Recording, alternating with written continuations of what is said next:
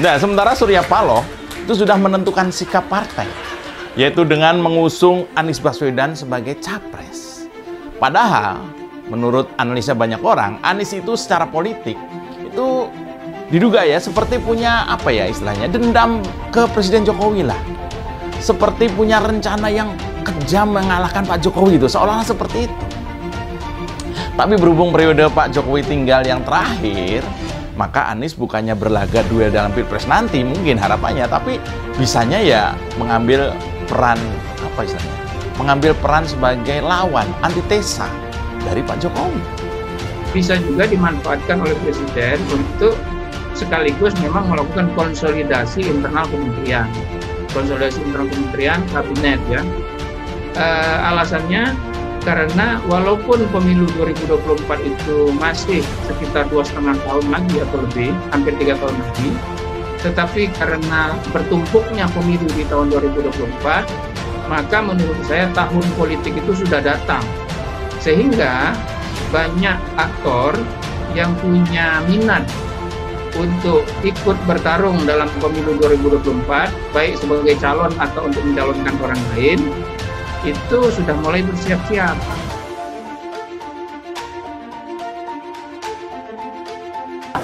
Jadi Pak, kemarin kan keluarnya tunggu aja. tapi Pak, yang dari Nasdem gimana Pak Jokowi? Dari Nasdem gimana Pak? Betulan akan Tunggu saja. Pak Jokowi dikit Pak. Ya, reshuffle hendaknya tidak sekedar politis tetapi meningkatkan kinerja pemerintahan. Terus siap, kita punya banyak nama yang siap.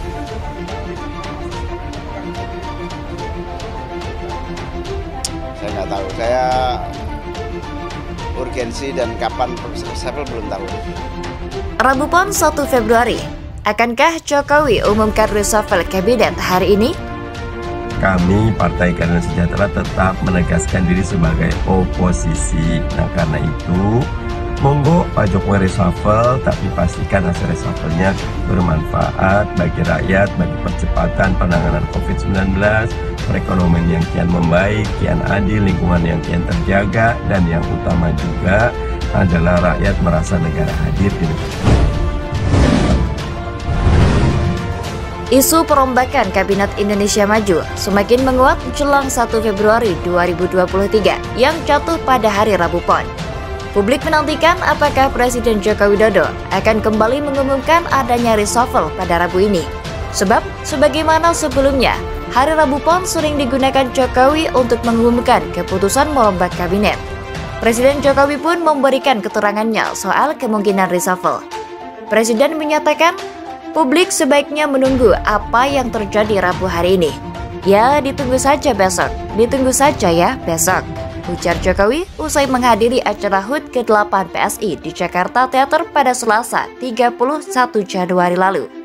Mendengar jawaban dari Presiden, wartawan meminta penegasan apakah benar-benar akan ada perombakan kabinet pada hari Rabu. Namun, Kepala Negara mengulangi jawaban yang sama. Begitu juga saat wartawan menanyakan soal benarkah dirinya masih butuh waktu sebelum memutuskan reshuffle. Ditunggu saja besok, ditunggu aja ya, tegas Jokowi. Lebih lanjut, Jokowi juga menjelaskan kegiatan yang akan dilakukannya pada hari ini. Salah satunya adalah berkunjung ke Pulau Bali. Oh iya, besok sore saya akan pergi ke Bali. Pagi siang masih di Jakarta dan besok itu Rabu Pon. Kamisnya Kamis Wage, kalau nggak salah, kata Jokowi sambil berkelakar. Ya, ada agenda untuk besok, pagi dan siang. Ya, ditunggu saja ya besok, ditunggu, tambahnya. Pertimbangan politis pada Selasa malam, Jokowi pun menjelaskan sejumlah pertimbangan yang dipikirkannya sebelum melakukan perombakan kabinet. Menurut Jokowi, kriteria utama sebelum melakukan reshuffle menteri adalah kinerjanya. Namun, dia tak menampik jika juga ada pertimbangan di sisi politis. Yang utama memang performa, kinerja. Bahwa ada sisi politiknya, pasti juga ada. Tapi itu bukan yang utama, ujar Jokowi. Ya, kalau secara khusus pasti ada yang performanya, kinerjanya perlu dievaluasi. Biasa kok itu. Ada koreksi dari setiap perjalanan kan memang biasa, tegasnya. Meski demikian, Presiden menyebutkan bahwa kinerja Kabinet Indonesia Maju saat ini baik. Baik-baik saja, secara umum ya baik-baik saja, ungkapnya. Rabu Keramat, sebelum Presiden Jokowi memberikan pernyataan Menko Perekonomian yang juga Ketua Umum Partai Golkar, yakni Erlangga Hartarto, meminta publik menanti perkembangan situasi politik pada Rabu ini. Hal itu disampaikannya saat menjawab pertanyaan wartawan mengenai sejumlah isu politik usai mengikuti rapat terbatas yang membahas holding PLN bersama Presiden Joko Widodo di Istana Kepresidenan Jakarta pada hari Selasa. Politik tunggu hari Rabu, setiap hari Rabu ya ditungguin aja, katanya.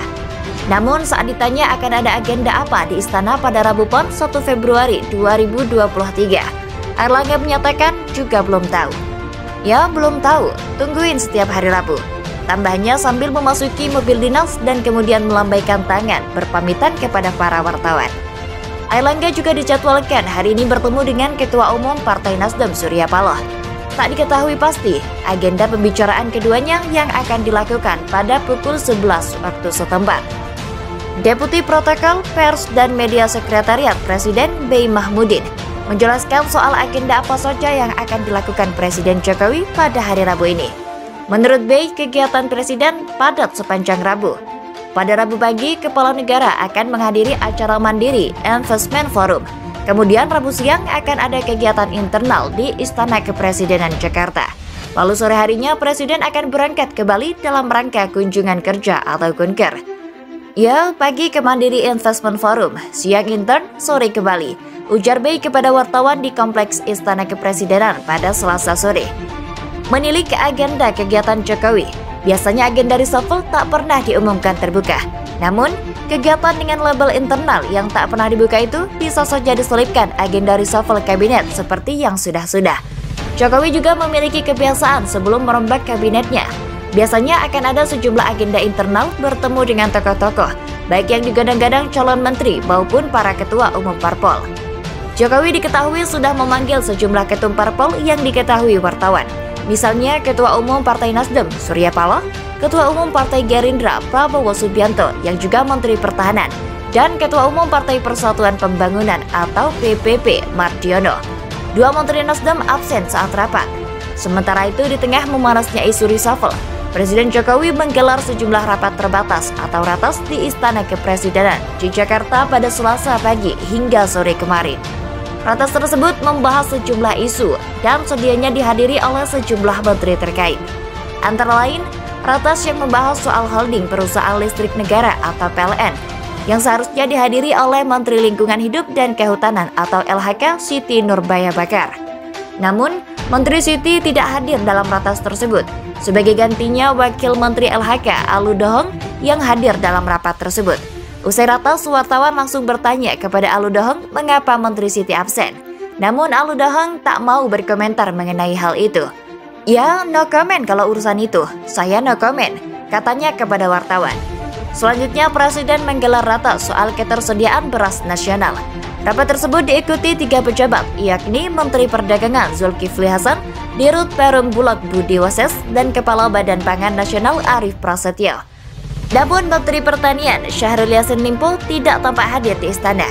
Hingga rapat berakhir pun tidak tampak kehadiran Menteri Syahrul Yassin Limpo. Zulkifli Hasan, Budi Waseso, dan Arief Prasetyo tampak bersama-sama usai ratas selesai. Menurut Budi Waseso, yang diundang dalam rapat hanya mereka bertiga. Ya, yang diundang saya cuma bertiga, urusan beras ini ya. Ini kan soal penyaluran, soal operasi pasar juga, ujar Budi saat ditanya oleh wartawan. Dia menjelaskan kehadirannya sebagai pihak yang bertanggung jawab melakukan operasi pasar. Kemudian Zulkifli Hasan bertanggung jawab menjaga kestabilan harga beras. Adapun Arief Prasetyo diundang selaku analis kebijakan pangan. Saat ditanya mengapa Menteri Syahrul tak diundang, Budi menyatakan tidak tahu. Dia pun enggan berkomentar saat ditanya apakah ada kaitannya dengan reshuffle kabinet yang diisukan bakal terjadi pada Rabu 1 Februari 2023. Ya, saya nggak tahu. Saya beneran nggak tahu. Enggak ada hubungannya kok dengan itu, tutur Budi. Absennya 2 menteri asal Partai Nasdem ini menimbulkan tanda tanya, karena kedua menteri ini selama ini yang didorong Partai Demokrasi Indonesia Perjuangan atau PDIP untuk diganti desakan reshuffle dari PDIP. PDIP selaku partai terbesar dalam koalisi Jokowi terus mendesak agar kedua menteri dari Partai Nasdem itu dievaluasi. Menteri-menteri yang dimaksud yakni Menkominfo Johnny G. Plate, Menteri LHK Siti Nurbaya, dan Menteri Pertanian Syahrul Yassin Limpo. Desakan dari PDIP awalnya menguat lantaran Partai Nasdem menyatakan dukungan kepada Anies Baswedan sebagai capres untuk Pilpres 2024. Ketua DPP PDIP Jarod Saiful Hidayat mengatakan, evaluasi diperlukan untuk memastikan para menteri bekerja baik dan menuntaskan janji-janji kampanye presiden. Mentan dievaluasi, Menhub dievaluasi, Menteri Kehutanan ya harus dievaluasi.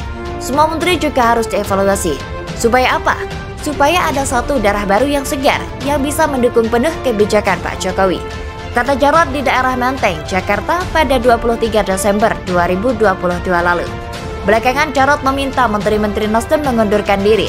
Dia menduga ada ketidakcocokan menteri-menteri tersebut dengan kebijakan pemerintah. Ya, kalau memang gentle betul sudah seperti itu, akan lebih baik untuk menteri-menterinya. Lebih baik untuk mengundurkan diri, itu lebih gentle, ujarnya pada Selasa 3 Januari 2023 lalu. Sekjen PDIP, Hasto Kristianto secara khusus menyorot kinerja Syahrul Yassin Limpo yang dinilai salah memberikan data kepada Presiden Jokowi. Hal ini yang kemudian membuka keran beras impor di tanah air. Tak tinggal diam, Menkominfo yang juga sekretaris Partai Nasdem, Johnny G. Plate, mengkritik cara PDIP itu. Dia menilai terlalu banyak politisi yang mencoba mengintervensi hak prerogatif Presiden Jokowi soal reshuffle Kabinet Indonesia Maju. Dia mengatakan hal itu justru membuat gaduh dinamika politik tanah air saat ini. Terlalu banyak politisi saat ini yang merasa seolah-olah jadi presiden dadakan dan mencoba mengatur prerogatif proyek presiden, ujar Johnny pada wartawan pada 4 Januari 2023. Plate menambahkan, semua pihak diharapkan lebih fokus menyelesaikan berbagai tantangan yang dihadapi bangsa ketimbang membahas persoalan reshuffle.